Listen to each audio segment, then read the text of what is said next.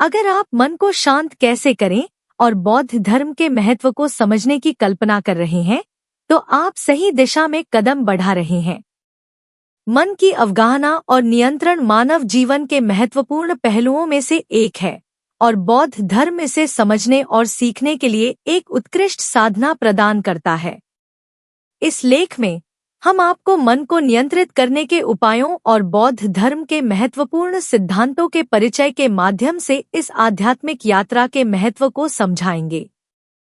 शुरुआत में हम मन के विभिन्न आवेगों और उनके प्रभावों पर ध्यान देंगे और फिर बौद्ध धर्म के सिद्धांतों के साथ इसे कैसे संबोधित किया जा सकता है, इस पर विचार करेंगे। यहाँ आइए हम इस अंतर्निहित और प्रभावशाली यात्रा की शुरुआत करें। मन को नियंत्रित करने और बौद्ध धर्म में उसकी महत्वपूर्ण भूमिका का संक्षिप्त परिचय।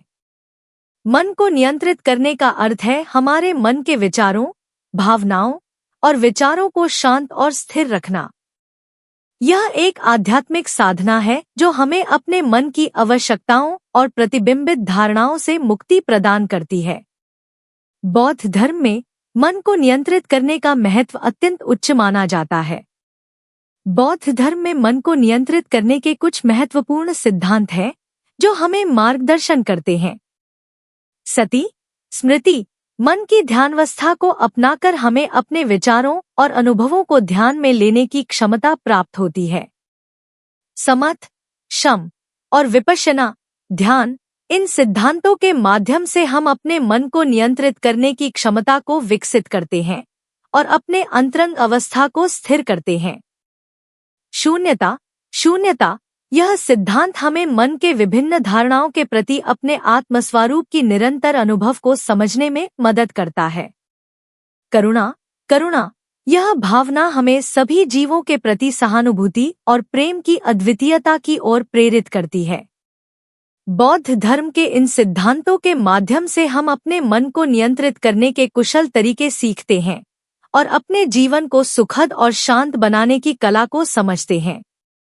मन की प्रकृति का समझना। बौद्ध दर्शन के अनुसार मन की प्रकृति का विश्लेषण अत्यंत महत्वपूर्ण है।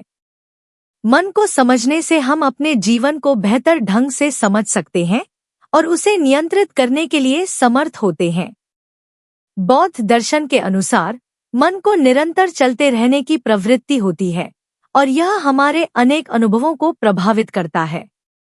बौद्ध दर्शन में मन को अनात्मा, अस्तित्वहीन माना जाता है, अर्थात यह न तो स्थायी है और न ही निरंतर होता है।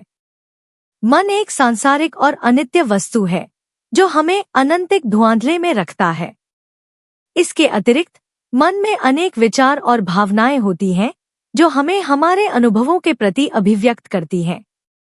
विचार, भावनाएं और प्रतिस्पर्धा भी मन के विभिन्न पहलुओं को व्यक्त करती हैं। ये हमारे अनुभवों को प्रभावित करते हैं और हमारे जीवन को रूपांतरित करते हैं। बौद्ध दर्शन में यह बात स्पष्ट रूप से बताई गई है कि मन की प्रकृति उन्हीं विचारों, भावनाओं और प्रतिस्पर्धाओं के प्रति हमारी अनुमति और संघर्ष की प्रवृत्ति के साथ जुड़ी होती है। मन को नियंत्रित करने के तकनीकों में कई प्रकार के ध्यान विधियां शामिल हैं जो मन की शक्ति को नियंत्रित करने में मदद करती हैं। यहाँ कुछ मुख्य तकनीकों की विस्तृत व्याख्या है। एक, सति भावना ध्यान, माइंडफुलनेस मेडिटेशन। यह एक प्रकार का ध्यान है जिसमें ध्यानार्थी को अपने मन के विचारों और भावनाओं को बिना किसी आसक्ति के देखने की प्रैक्टिस की जाती है। यह मन को स्थिर और शांत बनाने में मदद करता है। 2, एकाग्रता ध्यान, कॉन्सेंट्रेशन मेडिटेशन। यह तकनीकें मन की भटकती हुई विचारों को वश में करने और ध्यान को एक स्थिर स्थिति में लाने के लिए होती हैं। इसमें मन को किसी एक विषय या ध्येय पर ध्यानित करने की प्रैक्टिस की जाती है। 3, मैत्री भावना ध्यान, लविंग काइंडनेस मेडिटेशन। यह ध्यान का एक प्रकार है जिसमें ध्यानार्थी को अपने और दूसरों के प्रति दया और सहानुभूति की भावना को विकसित करने की प्रैक्टिस की जाती है। इससे मन की शांति और संतुलन बढ़ता है और नकारात्मक भावनाओं को दूर किया जा सकता है। ये तकनीकें मन को नियंत्रित करने में मदद कर सकती हैं और व्यक्ति को अपने मानसिक स्वास्थ्य को सुधारने में मदद कर सकती हैं।